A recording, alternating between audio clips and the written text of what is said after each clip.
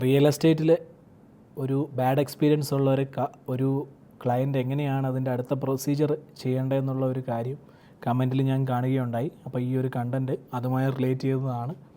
അപ്പോൾ what can you do if something goes wrong your real estate transaction? അപ്പോൾ നിങ്ങൾ ഇപ്പോൾ ഒരു ബാഡ് സിറ്റുവേഷനിലായി അല്ലെങ്കിൽ പറ്റിക്കപ്പെട്ടു എന്ന് തോന്നുന്ന ഒരു സിറ്റുവേഷൻ ആണെങ്കിൽ, ഇതിൽ ക്ലയൻറ്റ് ഇൻവോൾവ്ഡ് ആയ ഒരു കേസ് ആണെങ്കിലും ഏജൻറ്റ് ഇൻവോൾവ് ആയ കേസ് ആണെങ്കിലും ഈ പറയുന്ന ബ്രോക്കറേജ് ഇൻവോൾവ് ആയ കേസ് ആണെങ്കിലും you can look it further in a legal way. അപ്പോൾ അതിന് ഒണ്ടാരിയോയിൽ നിങ്ങളെ സപ്പോർട്ട് ചെയ്യുന്നത് റീക്കോയാണ്.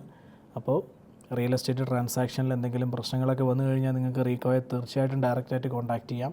നിങ്ങളുടെ സിറ്റുവേഷൻ അവിടെ എക്സ്പ്ലെയിൻ ചെയ്ത് എന്താണ് ചെയ്യേണ്ടതെന്നുള്ള പ്രൊസീജിയറും നിങ്ങൾക്ക് അവിടെ ചെയ്യാനായിട്ട് സാധിക്കും. അപ്പോൾ ആ ഒരു കണ്ടൻറ്റിലേക്ക് നമുക്ക് പോകാം. അപ്പോൾ വെബ്സൈറ്റും ആ വെബ്സൈറ്റിൻ്റെ ഭാഗവും നിങ്ങൾക്കൊന്ന് ഇൻട്രൊഡ്യൂസ് ചെയ്യുക എന്നുള്ളതാണ് ഈ ഒരു വീഡിയോയിലുള്ള ഒരു ഉദ്ദേശമെന്ന് പറയുന്നത്. അപ്പോൾ നമുക്ക് കണ്ടൻറ്റിലേക്ക് പോകാം. റീക്കോയുടെ വെബ്സൈറ്റ് എന്ന് പറയുന്നത് ഇതാണ്. ഇപ്പോൾ നിങ്ങൾക്കൊരു റിയൽ എസ്റ്റേറ്റ് ട്രാൻസാക്ഷനിൽ നിങ്ങൾക്ക് എന്തെങ്കിലും ബുദ്ധിമുട്ട് വന്നിട്ടുണ്ടെങ്കിൽ ഒണ്ടാരിയോ പ്രൊവിൻസിൽ real estate council of Ontario, അതാണ് റീക്കോ എന്ന് പറയുന്നത്. അതുപോലെ തന്നെ ഓരോ പ്രൊവിൻസുകളിലും ഈ പറയുന്ന കാര്യങ്ങൾ വ്യത്യസ്തമാണ്. അപ്പോൾ നിങ്ങളുടെ റെഗുലേറ്ററി ബോഡിയിൽ ആരാണോ കൺട്രോൾ ചെയ്യുന്നത് അവിടെ പോയി കഴിഞ്ഞ് കഴിഞ്ഞാൽ നിങ്ങൾക്ക് കംപ്ലയിൻറ്റ് ആൻഡ് എൻഫോഴ്സ്മെൻറ്റ് എന്ന് പറയുന്ന ഒരു ഭാഗം കാണാം. അതിൽ കംപ്ലയിൻറ്റ് സബ്മിറ്റ് എ കംപ്ലയിൻറ്റ് എന്ന് പറയുന്ന ഓപ്ഷനിൽ ഞെക്കുക. ഇതൊക്കെ വളരെ സിമ്പിളായിട്ടുള്ള പ്രൊസീജിയറാണ്. ഒരു മെജോറിറ്റി ആളുകൾക്കും ഈ പറയുന്ന കാര്യങ്ങൾ അറിയില്ല എന്നുള്ളതാണ് ഒരു മെയിൻ ഭാഗം. അപ്പോൾ നിങ്ങളിത് ഇത്രയേ ചെയ്യേണ്ടതുള്ളൂ. എന്താണ് നിങ്ങൾ ചെയ്യാൻ ഉദ്ദേശിക്കുന്നതെന്ന് സബ്മിറ്റ് ചെയ്യുന്നതിന് മുൻപ് തന്നെ make sure you are aware about what you are doing. കറക്റ്റായിട്ട് ഇൻഫർമേഷൻ ഗ്യാദർ ചെയ്യുക. അതിനുശേഷം ഗ്യാതേർഡ് ഇൻഫർമേഷൻ എന്ന് പറയുന്നത് സപ്പോർട്ടിംഗ് ഡോക്യുമെൻ്റ് ആയിട്ട് ചെയ്തതിന് ശേഷം അതൊരു PDF ഫോർമാറ്റിലേക്ക് ആക്കി വയ്ക്കുക. ഇൻഫോ ആൻഡ് മോർ ട്രാൻസാക്ഷൻസ്, ഇപ്പോൾ എന്ത് കോൺവെർസേഷൻ ഏജൻസും ക്ലയൻസും ബ്രോക്കറേജസ് ആയിട്ട് ഉണ്ടായിട്ടുണ്ടെങ്കിലും ഈ പറയുന്ന കാര്യങ്ങൾ നിങ്ങൾ ഗ്യാദർ ചെയ്യുക. അതിനുശേഷം അതൊരു PDF ഫയലായിട്ട് ആ ഫയൽ പ്രോപ്പറായിട്ട് നെയിം ചെയ്തതിന് ശേഷം നിങ്ങൾക്ക് ഈ പറയുന്ന കംപ്ലയിൻറ്റ് ഫോമിൽ പ്രസ് ചെയ്ത് കഴിഞ്ഞ് കഴിഞ്ഞാൽ കംപ്ലയിൻറ്റ് ഫോമിലേക്ക് നിങ്ങൾക്ക് പോകും. അപ്പോൾ കംപ്ലയിൻറ്റ് ഫോമിൻ്റെ ഒരു പ്രൊസീജിയർ എന്ന് പറഞ്ഞാൽ അത് വളരെ സിമ്പിളാണ്. ആർക്കെതിരെയാണോ നിങ്ങൾ കംപ്ലയിൻറ്റ് കൊടുക്കുന്നത് ആ കാര്യങ്ങൾ ഇവിടെ മെൻഷൻ ചെയ്യുക. ഈ പറയുന്ന റിയൽ എസ്റ്റേറ്റ് സെയിൽസ് പേഴ്സണെതിരെ ആണെങ്കിൽ ആ കാര്യങ്ങൾ ഇതിൽ മെൻഷൻ ചെയ്യുക.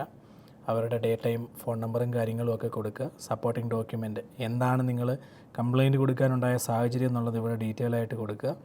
ഈ പറയുന്ന ഇൻഫർമേഷൻ, പർച്ചേസ് എഗ്രിമെൻറ്റ്, ഇവയെല്ലാം ഈ പറയുന്ന ഡോക്യുമെൻറ്റുകൾ, agreement of purchase and sale, listing agreement, ഈ പറയുന്ന കാര്യങ്ങളെല്ലാം ഇതിനോടൊപ്പം അറ്റാച്ച് ചെയ്യുക. അതിനുശേഷം ഇപ്പോൾ എന്തെങ്കിലും വീഡിയോ എവിഡൻസസ് ഉണ്ടെങ്കിൽ അല്ലെങ്കിൽ വോയിസ് റെക്കോർഡിങ്സ് ഉണ്ടെങ്കിൽ അതും അറ്റാച്ച് ചെയ്തതിന് ശേഷം നിങ്ങൾ ഈ പറയുന്ന കാര്യങ്ങൾ എന്താണ് റെസൊല്യൂഷൻ എക്സ്പെക്റ്റ് ചെയ്യുന്നത് എന്നൊക്കെയുള്ള കാര്യങ്ങൾ വെച്ചുകൊണ്ട് നിങ്ങൾ കംപ്ലയിൻറ്റിൻ്റെ പ്രൊസീജിയർ ചെയ്യുക. ഇനി അതിനുശേഷം നിങ്ങൾ കംപ്ലയിൻറ്റ് ചെയ്തു, അതിനുശേഷം എന്താണ് ചെയ്യേണ്ടതെന്ന് വെച്ച് കഴിഞ്ഞാൽ നിങ്ങൾക്ക് കറക്റ്റായിട്ട് ഇതിനെ ഫോളോ അപ്പ് ചെയ്യാനായിട്ട് പറ്റും.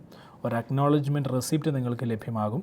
അതിനുശേഷം നിങ്ങളുടെ ഈ പറയുന്ന സിറ്റുവേഷൻ അവർ റിവ്യൂ ചെയ്തതിന് ശേഷം ഒരു ഇൻവെസ്റ്റിഗേഷൻ ഇനീഷ്യേറ്റ് ചെയ്യും. അതനുസരിച്ച് ഇപ്പം നിങ്ങളുടെ ഭാഗത്താണ് റൈറ്റ് എങ്കിൽ ഈ പറയുന്ന solutions they will be helping for you. അപ്പോൾ ഇങ്ങനെയുള്ള കാര്യങ്ങളൊക്കെ എന്തെങ്കിലും ചലഞ്ചസ് ഉണ്ടായിട്ടുള്ളവർ just take the next step, അടുത്ത കാര്യങ്ങൾ. കാരണം ഇങ്ങനെ എല്ലാവരും ചെയ്തു തുടങ്ങിയാൽ മാത്രമേ ഈ പറയുന്ന റിയൽ എസ്റ്റേറ്റിൽ നടക്കുന്ന ഫ്രോഡൊക്കെ നിൽക്കത്തുള്ളൂ. അപ്പോൾ നിങ്ങൾ തീർച്ചയായിട്ടും ഈ ഇൻഫർമേഷൻ നിങ്ങൾക്ക് ഹെൽപ്ഫുൾ ആയെന്ന് വിചാരിക്കുന്നു. അപ്പം കൂടുതൽ കണ്ടൻറ്റുകൾക്കായിട്ട് നിങ്ങൾക്ക് എന്ത് സംശയമുള്ള കണ്ടൻറ്റുകളാണെങ്കിലും നിങ്ങൾക്ക് താഴെ കമൻറ്റ് ബോക്സിൽ രേഖപ്പെടുത്താം. അപ്പോൾ എന്തെങ്കിലും സംശയങ്ങളുണ്ടെങ്കിൽ നിങ്ങൾക്കതിൽ മെൻഷൻ ചെയ്യാം. അപ്പോൾ അതിനുശേഷം നിങ്ങൾക്ക് അതിനുവേണ്ടി ഞാൻ ഒരു റെസ്പോൺസ് തരുന്നതായിരിക്കും. അപ്പോൾ കൂടുതൽ കണ്ടൻറ്റുകൾക്കായിട്ട് ചാനലൊന്ന് സബ്സ്ക്രൈബ് ചെയ്യുക. So thank you so much.